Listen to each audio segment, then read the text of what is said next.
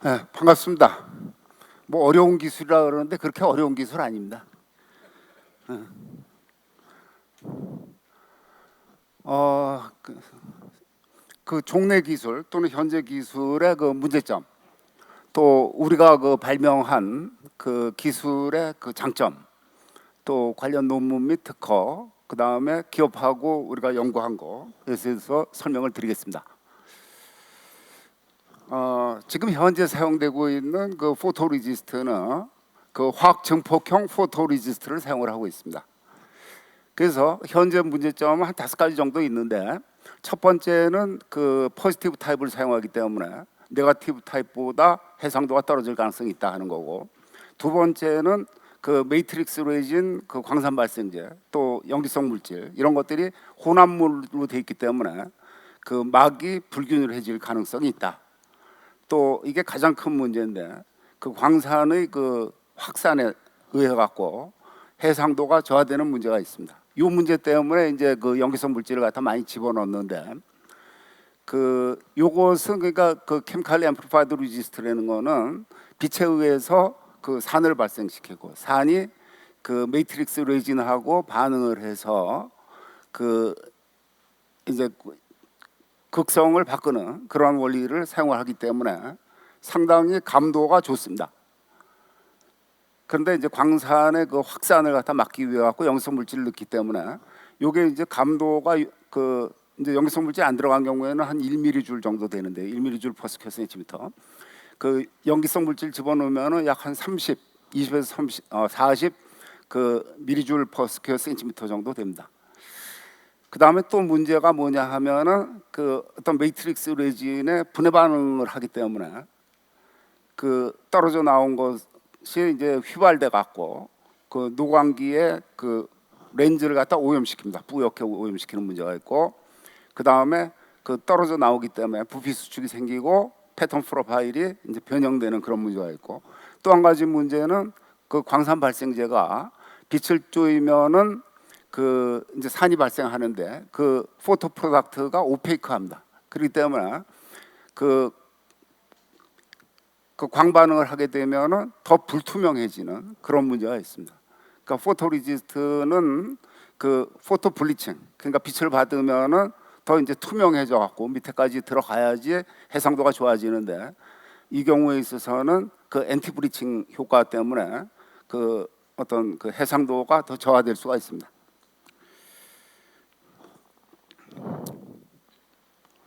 그래서 그 일단 말로만 하니까 좀 복잡한데요. 그 그림으로 이제 보여드리겠습니다.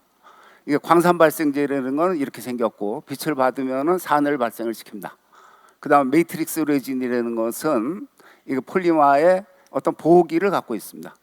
그래서 산 존재 하에서 그러니까 가열을 하면은 이게 잘라지면서 떨어져 나오고, 여기 이제 폴리바이닐 피놀로 그 만들어집니다. 이게 폴리바이닐 피놀이라는 거는 현상액이 그 염기성 수용액입니다. 그거에 이제 녹고, 그 다음에 미노광부는 그 이제 염기성 수용액에 이제 녹지 않는, 그렇기 때문에 이제 포지티브 패턴을 만들어내는 그런 역할을 하게 되고, 그 다음에 요게 이제 그 휘발성 물질로서 렌즈를 갖다 이제 오염시키는 그런 물질들이 되겠습니다.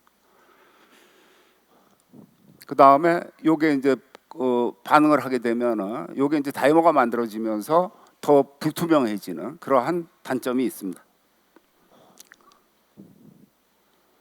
그래서 네거티브가 좋으냐 포지티브가 좋으냐 하는 것은 일단 이론적으로는 네거티브 타입이 더 유리합니다. 그래서 포지티브 타입이라는 것은 그 빛을 받으면은 용해도가 증가하는 거고, 네거티브 타입이라는 거는 빛을 받으면은 용해도가 주는 겁니다. 그렇기 때문에 그 요 밑에 부분, 그러니까 포토리지스트라는 거는 빛을 흡수하기 때문에 밑에 부분이 이제 빛을 적게 받고 위 부분이 빛을 많이 받습니다. 그리고 위서부터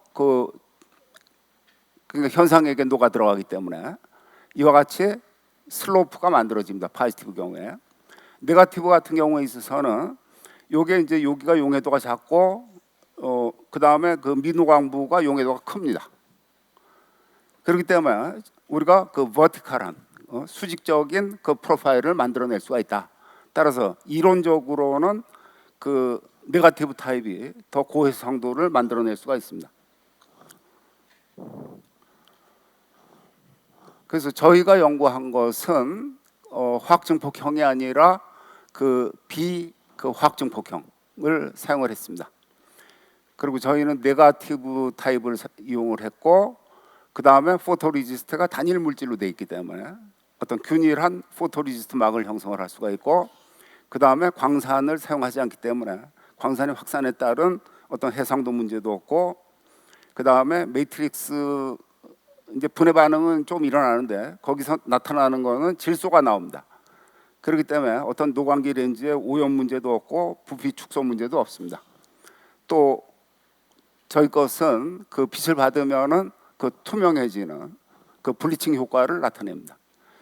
응용 분야는 물론 그 고밀도 그 반도체 제조에 사용되는 포토레지스트가 되겠습니다. 그래서 좀 더 설명을 드리면은 여기에 그 다이조 키토기를 붙어 있고, 그 다음에 한쪽에는 그 아민이나 하이드록실기가 붙어 있습니다.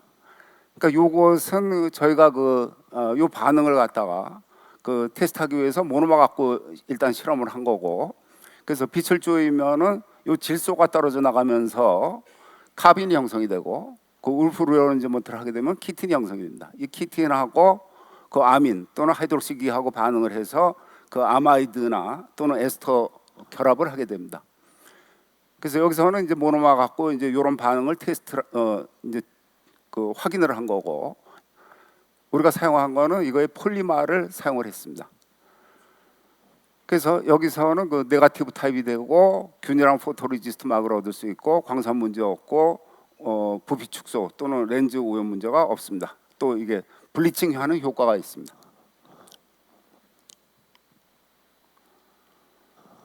그 다음에 그 다층 레지스트 공정인데, 그 상층하고 이제 하층으로 되고, 요게 이제 웨이퍼인데, 그 상층은 주로 이제 얇게 해갖고 그 해상도를 증가를 시킵니다. 그리고 그 초점 심도, 요즘에 그 스캐너는 그 초점 심도의 문제를 얇으면은 이제 그런 문제가 이제 없어지기 때문에 요 얇으면은 초점 심도 문제가 없다. 또 요 두께가 얇기 때문에 그러니까 좁은 그 부피를 그 광변화를 시키면 되기 때문에 고감도를 그 만들어낼 수가 있다 하는 것이 되겠습니다.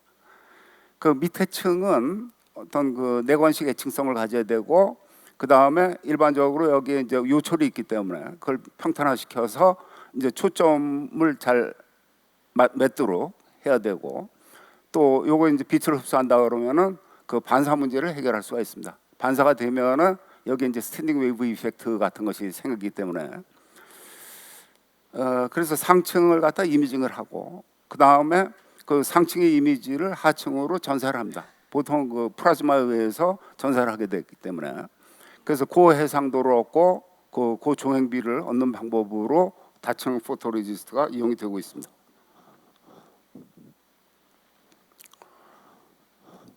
저희가 그 또 한 것은 어떤 실리콘이 함유된 그 비화학 증폭형 그 포토레지스트를 만들었습니다. 다이조 키톡이 있고 하이드록실기 있고, 그다음에 포스, 실리콘이 함유된 포스, 폴리히드랄 올리고메릭 실세스 퀴옥센인데 실리콘이 함유가 되어 있습니다. 그리고 하층으로서는 상당히 리지드한 에로매틱 그룹을 포함하고 있는 그 SO8을 사용을 했습니다. 그래서 상층으로서는 이러한 폴리마를 사용을 했습니다. 여기 이제 실리콘이 함유가 되어 있죠. 하층은 SO8을 사용을 했습니다. 그래서 저희는 그 어떤 포토 마스크를 그냥 그 포토레지스트 위에다 대고 그 UV를 쪼였습니다.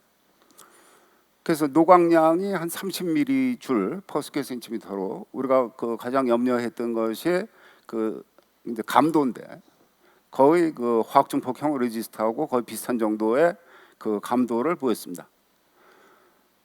그래서 그것을 그 톨루엔으로 그 현상을 하면은 미노광부만 녹아 나오게 됩니다. 그래서 미노광부 녹아 나오고, 그다음에 요거는 이제 실리콘이, 그 노광부에는 실리콘이 함유되어 있기 때문에, 실리콘이 그 함유가 되기 때문에 그 옥시전 리액티브 아연 레칭을 하면은 그 이제 여기는 실리콘이 함유되어 있기 때문에 실리콘 옥사이드 막이 형성이 돼서 밑에를 보호를 해줍니다. 그다음에 비노광부는 여기 CH5로 되어 있기 때문에 전부 H2하고 CO2에서 날아가게 됩니다. 그래서 여기 그림을 보면은 저희가 그 200나노미터 패턴을 얻었습니다. 일반적으로 그 일반적인 레지스트를 사용하면은 주로 그 마이크론 사이즈의 패턴을 얻는 건데, 이런 방법을 사용을 하면은 상당히 그 고해상도를 얻을 수가 있었습니다.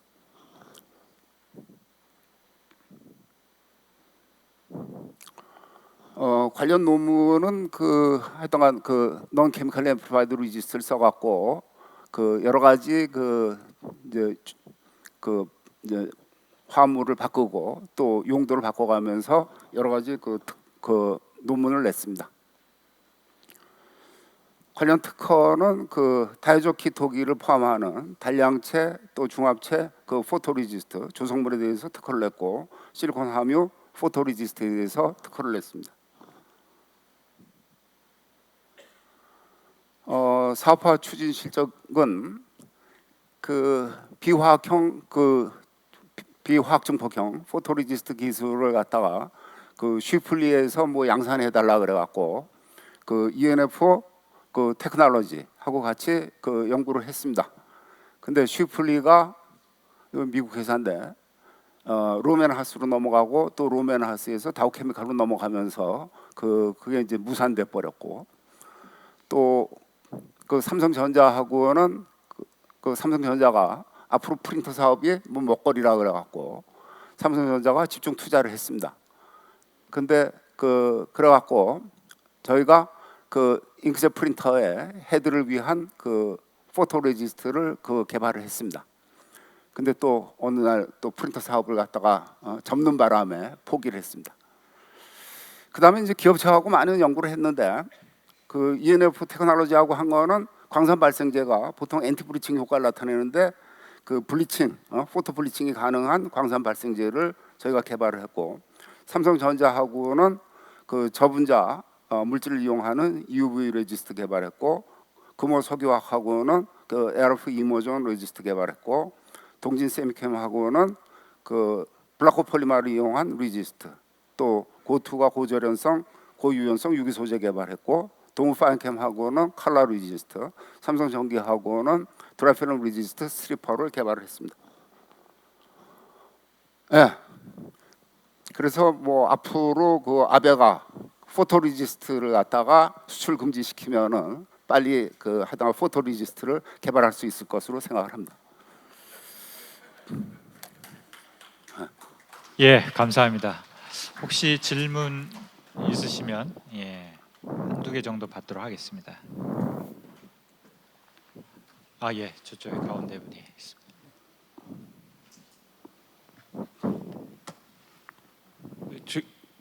FST 조상진이라고 합니다. 지금 그 노광을 하셨는데 노광하신 광원의 그 파장은 어느 정도가 되는지, 노광하셔가지고 그 패턴 얻을 때 사용한 UV의 파장대가 어느 파장대가 그냥 일반 UV인데 거기에 이제 필터를 써갖고 DUV 리전입니다. DUV 필터를 쓴 거예요, 그냥. 네. 이거 우리가 쓴 건 아주 싸구려에 싸구려. 예. 아니 뭐 그쪽으로 그냥 이게 보면은... 되나 안 되나 그냥 테스트만 해본 네네. 겁니다. 콘택트도 제대로 안 되고 그냥 붙여갖고 그냥 테스트 해본 겁니다. 예. 지금 그 앞에 보시면 이제 처음에 그 응용 분야로 EUV 쪽까지 말씀을 하셨는 EUV까지 말씀을 하셨는데, 예, 그쪽에도 가능한 테크놀로지인지 좀 한번 여쭤보고 싶었거든요. 그러니까 레지스트가 크게 다르진 않아요. 다르진 않은데 EUV 쓰기 위해서는 조금 이렇게 모디파이 해야 돼요. 그거에 맞춰 갖고. 그러니까 이런 기술을 갖다 이용할 수가 있다 하는 거죠. 그러니까 현재 그 하여튼 화학 증폭형 레지스트라는 게 문제점이 많아요, 사실. 그럼에도 불구하고 지금 감도 때문에 그걸 사용하는데 이런 테크놀로지를 쓰면은 EUV에 가능한 레지스트를 개발을 할 수가 있다 하는 거죠. 그러니까 문제는 사실 그 장비의 장비가 있어야지 뭐 할 수가 있는데 그 장비 없으니까 그냥 이런 식으로 하고 그냥 끝나는데 아베가 그 금지만 시켜주면은 삼성하고 그 하이닉스가 이제 달려들면 아마 금방 만들 수 있을 것으로 생각을 합니다. 예, 감사합니다. 예. 그래서 그 수출 규제 대상으로 하는 그 PR 있잖아요. 네. 그거는 그 EUV용 PR이죠. 예. 그런데 그거 저 뭐 레졸루션인가 뭔가 7 나노미터라고 하는데 예, 7 나노미터. 그 아까 그 보여주신 그거는 뭐 200 나노미터. 200 나노미터인데 예. 그 계속 저이 그 노광 장비만 바꾸면은 노광 장비하고 굉장히 그 관련이 큽니다. 아 그래요? 예. 그 알겠습니다. 후진 장비로는 절대 그 7 나노미터 만들 수가 없습니다. 알겠습니다. 예. 예. 네. 아마 그거는 기업에서 좀 도와주셔야 될 게 EUV를 학교에서 구입한다는 건 뭐 상상할 수 없습니다. 아니 그러니까 제 생각에는 뭐 당분간은 그 삼성에 있는 거하고 하이닉스에 있는 거를 이용할 수밖에 없어요. 예.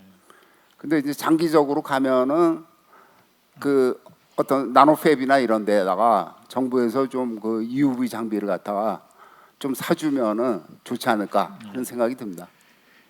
예, 감사합니다. 김준익 교수님한테 다시 한번 박수 부탁드리겠습니다. 예, 감사합니다.